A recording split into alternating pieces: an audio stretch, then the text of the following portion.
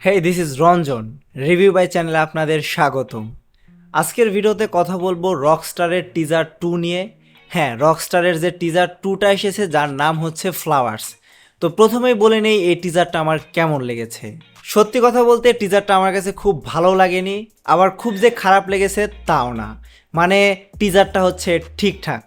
হ্যাঁ, কেন ঠিকঠাক বললাম এই জিনিসটা জানতে হলে আপনাকে পুরো ভিডিওটা দেখতে হবে।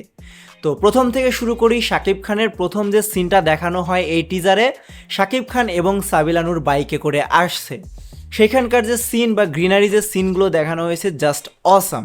এগুলো ছিল এই টিজারের মূল জিনিস যা মানুষকে খুব সহজেই আকর্ষণ করবে।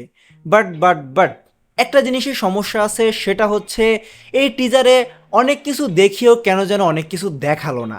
টিজারটা দেখলে আপনার ওভার এক্সাইটেড লাগবে না, যেটা আসলে পিরিতি গানের ক্ষেত্রে লেগেছিল, রকস্টারের টিজার 1-এর ক্ষেত্রে লেগেছিল। এখন এই জিনিসটা হওয়ার কারণটা হতে পারে এই টিজারের যে কাটগুলো করা হয়েছে সেগুলো আসলে বিভিন্ন গানের কাট।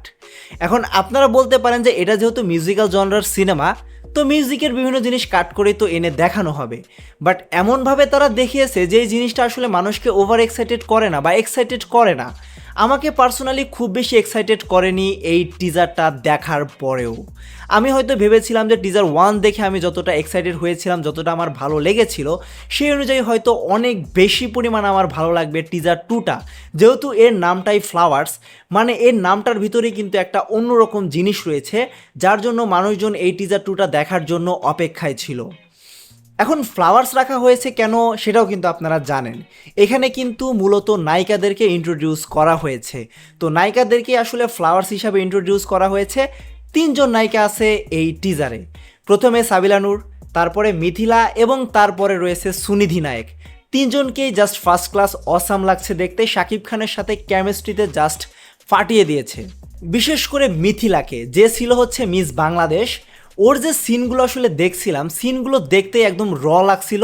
ভিজুয়ালগুলো এত ভালো হয়েছে যে এর কালার গ্রেডিংস বা এর যে এনভায়রনমেন্ট খুবই ভালো লাগছিল দেখতে। তাছাড়া সুনিধি নায়ককে কতগুলো জায়গায় দেখানো হয়েছে শাকিব খানের সাথে নাচ করতেছে, সেই জায়গাগুলো কিন্তু খুবই ক্লাসি লাগে দেখতে। এখন গল্পের ক্ষেত্রে যদি আসি, 3জন নায়িকাকে যেহেতু দেখানো হয়েছে, অর্থাৎ এই 3জনকে নিয়ে আসলে মূল প্লটটা সাজানো হয়েছে। প্রথমেই বলি সাবিলা নূরকে নিয়ে। সাবিলা নূরের যে গল্পটা হতে পারে সেটা হচ্ছে সাবিলা নূর ওই যে বোম ব্লাস্টটা হবে, সেই বোম ব্লাস্টে হয়তো মারা যেতে পারে।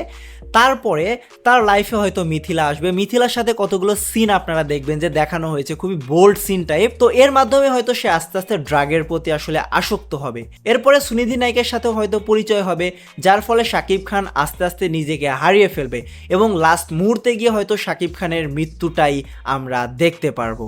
তাছাড়া এই টিজারে যে মিউজিক বিটটা রয়েছে, একটাই মাত্র বিট ব্যবহার করা হয়েছে এবং এই বিটের মাধ্যমেই টিজারটাকে শেষ করা হয়েছে। প্রত্যেকটা সিন আসলে এই বিটের সাথে যায়, ভালো লাগে দেখতে। এরপরে আপনাদেরকে একটা কথা বলতে চাই, এই যে টিজারটা প্রথমে যখন এসকে ফিল্মসের ইউটিউব চ্যানেলে দেওয়া হয় তখন কিন্তু এটাতে একটা গ্লিচ ছিল। হ্যাঁ, মিথিলার যে প্রথম সিনটা, সেই সিনটাতে একটু সমস্যা ছিল, যেটা আমাদের রিয়াকশনেও আমরা বলেছি। তো একটু পরে আসলে ওই ভিডিওটা ডিলিট করে নতুন ভিডিও দেওয়া হয়। এখন আসলে ওই ভিডিওতে কোনো সমস্যা নেই। আপনাদেরকে আগেই বলেছি ওভারঅল আসলে টিজারটা ঠিকঠাকই ছিল। আমরা আশা করেছিলাম ভালো একটা গান হয়তো এরকম টাইমে দিলে অনেক বেশি হয়তো সাড়া পাওয়া যেত। যেমন আমাকে উড়িয়ে দাও যে গানটা, এটার জন্য কিন্তু মানুষ অধীর আগ্রহে বসে আছে। তাছাড়া এই গানটা আসলে 16 তারিখে আসার কথা ছিল, তারা প্রমোশনের নাম করেও এই গানটা ওই সময় তারা রিলিজ করেনি। আরও 2-3টা গান যদি রিলিজ করা হয় তাহলে আসলে এর হাইপটা অনেক বেশি হবে। হ্যাঁ, আপনাদের কেমন লেগেছে টিজারটা আমাদেরকে কমেন্টে জানাতে পারেন। রিভিউ বাইয়ের সম্পূর্ণ ভিডিওটি দেখার জন্য ধন্যবাদ।